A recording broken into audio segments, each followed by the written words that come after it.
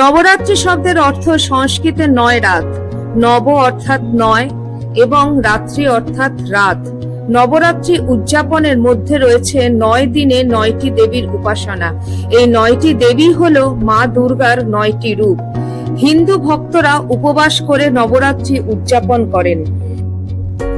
বিজয়া দশমী নামে অভিহিত চূড়ান্ত দিনে মূর্তিগুলিকে নদী বা সমুদ্রের মতো জলাশয়ে নিমজ্জিত করা হয় এবং মন্দের প্রতীকী মূর্তিটি আতশবাজি দিয়ে পোড়ানো হয়, যা মন্দের ধ্বংসকে চিহ্নিত করে। এই সময় থেকেই দীপাবলির প্রস্তুতি নেওয়া শুরু হয়ে যায়, কারণ বিজয়া দশমীর ঠিক ২০ দিন পরেই দীপাবলি উদযাপিত হয়। নমস্কার, live stories with Soma YouTube চ্যানেলের পক্ষ থেকে আপনাদের স্বাগত জানাচ্ছি আরো একটি নতুন ভিডিওতে। এই ভিডিওতে থাকবে নবরাত্রির ইতিহাস। নবরাত্রিতে দেবী দুর্গার যে ৯টি রূপকে আরাধনা করা হয় তার বর্ণনা থাকছে এই ভিডিওটিতে। শাক্ত এবং বৈষ্ণব পুরাণের মতো কিছু হিন্দু গ্রন্থ অনুযায়ী নবরাত্রি তাত্ত্বিকভাবে বছরে ৪ বার পড়ে। এর মধ্যে সেপ্টেম্বর অক্টোবরে পড়ে শারদা নবরাত্রি, যেটি সব থেকে বেশি উদযাপিত হয়। মার্চ এপ্রিল মাসে উদযাপিত হয় বসন্ত নবরাত্রি। এই দুটি নবরাত্রি সব থেকে বেশি তাৎপর্যপূর্ণ। এছাড়াও দুটি গুপ্ত নবরাত্রি বা গোপন নবরাত্রি রয়েছে। একটি মাঘ মাসের শুক্লপক্ষ প্রতিপদে শুরু হয় এবং আরেকটি আষাঢ় মাসের শুক্লপক্ষ প্রতিপদে শুরু হয়। শারদা নবরাত্রি ৪টি নবরাত্রির মধ্যে সবচেয়ে বেশি উদযাপিত হয়।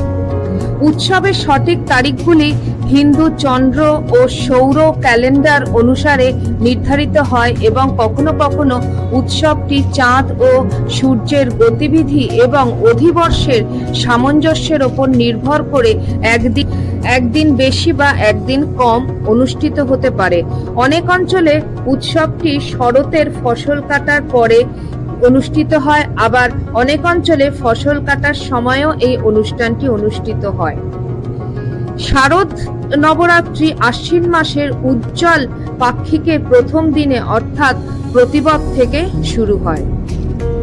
দুর্গা এবং মহিষাসুরের মধ্যে মন্দের ওপর ভালোর বিজয় উদযাপনের জন্য যে বিশিষ্ট যুদ্ধ হয়েছিল তার সাথে এই উৎসব জড়িত। এটি কেবল ভালো বনাম মন্দের একটি সাধারণ গল্প নয়, এটি প্রতীকবাদ এবং নৈতিক শিক্ষার স্তরে ভরা। ৯টি দিন শুধুমাত্র দুর্গা এবং তার ৯টি অবতার নবদুর্গাকে উৎসর্গ করা হয়। নবদুর্গার সুনির্দিষ্ট রূপগুলি দেবী পুরাণ পাঠের একটি উপধারা এবং প্রতিটি দিন দেবীর একটি অবতারের সঙ্গে যুক্ত। আসুন দেবী দুর্গার এই ৯টি রূপ সম্বন্ধে এবার আলোচনা করা যাক। প্রতিপদ প্রথম দিন হিসাবে পরিচিত। পার্বতীর অবতার শৈলপুত্রী অর্থাৎ পর্বতের কন্যা রূপের সাথে এই দিনটি যুক্ত। এই রূপেই দুর্গাকে হিমাবনের কন্যা হিসাবে পূজা করা হয় প্রথম দিন। তাকে ডান হাতে ত্রিশূল এবং বাম হাতে পদ্মফুল নিয়ে ষাঁড় অর্থাৎ নন্দীতে চড়েছেন বলে চিত্রিত করা হয়েছে। শৈলপুত্রীকে মহাকালীর প্রত্যক্ষ অবতার বলে মনে করা হয়। দেবীর রং হলো হলুদ, যা কর্ম এবং শক্তিকে চিত্রিত করে। তাকে সতীর পুনর্জন্ম হিসাবেও বিবেচনা করা হয় এবং হেমাবতী নামেও তিনি পরিচিত।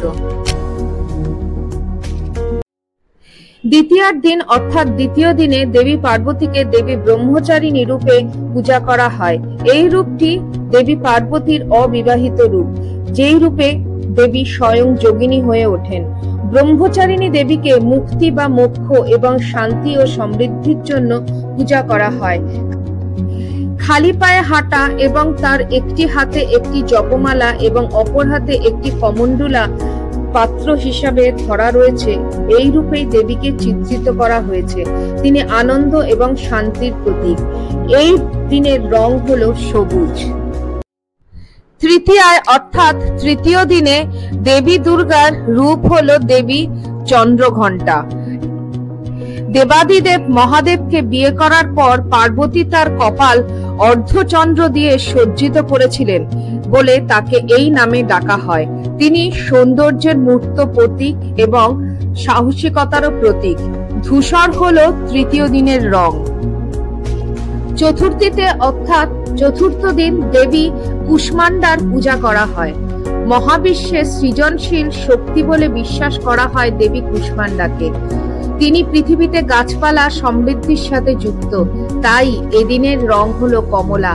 তাকে 8টি বাহু বিশিষ্ট এবং একটি বাঘের ওপর উপবিষ্ট হয়ে আছেন এই রূপে চিত্রিত করা হয়েছে। পঞ্চমীতে বা পঞ্চম দিনে দেবী স্কন্দমাতা পূজিত হন। দেবী স্কন্দমাতা হলেন স্কন্দের অর্থাৎ কার্তিকের মাতা। দেবী স্কন্দমাতা হলেন শক্তির প্রতীক। যখন তার সন্তান বিপদের মুখোমুখি হন, তাকে রক্ষা করার জন্য সমস্ত বিপদের সম্মুখীন হন দেবী স্কন্দমাতা এবং সন্তানকে রক্ষা করেন। এই রূপে তাকে একটি হিংস্র সিংহে চড়ে এবং তার শিশুকে ধারণ করে আছে, এইভাবেই তাকে চিত্রিত করা হয়েছে। দেবী স্কন্দমাতা 4টি বাহু বিশিষ্ট। সাদা হলো এই দিনের রং। ষষ্ঠম দিনে অর্থাৎ ষষ্ঠীর দিন দেবী দুর্গাকে দেবী কাত্যায়নী রূপে পূজা করা হয়। দেবী কাত্যায়নী যোদ্ধা দেবী হিসাবে পরিচিত। তিনি দেবী দুর্গার অন্যতম হিংস্র রূপ হিসাবে বিবেচিত হন। এই অবতারে দেবী কাত্যায়নী 4টি বাহু বিশিষ্ট এবং একটি সিংহে চড়ে আছেন। এই রূপেই তাকে চিত্রিত করা হয়েছে। পূর্ব ভারতে এই দিনে মহাষষ্ঠী পালন করা হয় এবং শারদীয়া দুর্গাপূজা শুরু করা হয় এই দিনেই। কালরাত্রি হলো দেবী দুর্গার সবচেয়ে হিংস্র রূপ। কালরাত্রি সপ্তমীতে পূজনীয়। দেবীকে লাল রঙের পোশাকে বা বাঘের চামড়ায় রাগান্বিত ও জ্বলন্ত চোখ এবং গাঢ় ত্বকে চিত্রিত করা হয়েছে। লাল রং প্রার্থনার প্রতিনিধিত্ব করে এবং ভক্তদের ক্ষতি থেকে দেবীর সুরক্ষার আশ্বাস দেয় বলে বিশ্বাস করা হয়।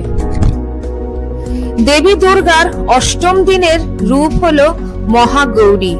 মহাগৌরী বুদ্ধিমত্তা ও শান্তির প্রতীক। এটি বিশ্বাস করা হয় যে কালরাত্রি যখন গঙ্গা নদীতে স্নান করছিলেন তখন তিনি একটি উষ্ণ বর্ণ ধারণ করেছিলেন। এই দিনটির সাথে যুক্ত রংটি হলো গোলাপি, যা আশাবাদকে চিত্রিত করে। পূর্ব ভারতে এই দিনে মহাষ্টমী পালন করা হয় এবং পুষ্পাঞ্জলি, সন্ধি পূজা, কুমারী পূজা ইত্যাদি অনুষ্ঠিত হয়। এটি একটি অত্যন্ত গুরুত্বপূর্ণ তিথি এবং চণ্ডীর মহিষাসুর মর্দিনী রূপের আবির্ভাব দিন হিসাবে বিবেচিত হয়। দেবী দুর্গার নবম এবং চূড়ান্ত রূপটি হল মাতা সিদ্ধিদাত্রী। তার নামের অর্থ সিদ্ধি অর্থাৎ অতি প্রাকৃত শক্তি বা ধ্যান করার ক্ষমতা এবং ধাত্রী অর্থাৎ দাতা বা পুরস্কার দাতা। নবরাত্রির নবম দিনে তিনি সমস্ত ঐশ্বরিক আকাঙ্ক্ষা পূরণ করেন।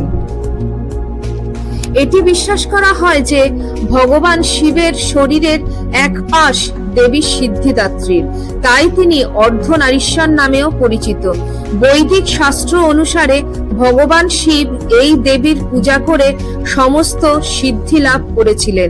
এই রূপে দুর্গা পদ্মের ওপর উপবিষ্ট এবং চতুর্ভুজা। নবরাত্রির শেষ দিন এবং আমাদের দুর্গোৎসবের শেষ দিন একসাথে মিশে যায়। নবরাত্রির শেষ দিনের পর নবম দিনের পর দশম দিন আসে দশেরা, আর আমাদের দুর্গাপুজোর শেষ দিন আসে বিজয়া দশমী। দুটো একই সাথে একই দিনে পড়ে। দশেরা বা বিজয়া দশমী আমাদের শেখায় সর্বদা মন্দের ওপর ভালোর জয় হয়। দশেরা দীপাবলির প্রস্তুতির সূচনা করে, যা দশেরার 20তম দিনে ঘটে। দশেরা হলো একটি খুবই গুরুত্বপূর্ণ তিথি। দশেরার মধ্য দিয়ে নবরাত্রির সমাপ্তি ঘটে এবং একই সঙ্গে সূচনা হয় দীপাবলির। আমার আজকের ভিডিওটি এই পর্যন্ত থাক। আপনাদের কেমন লেগেছে অবশ্যই কমেন্ট সেকশনে কমেন্ট করে জানাবেন।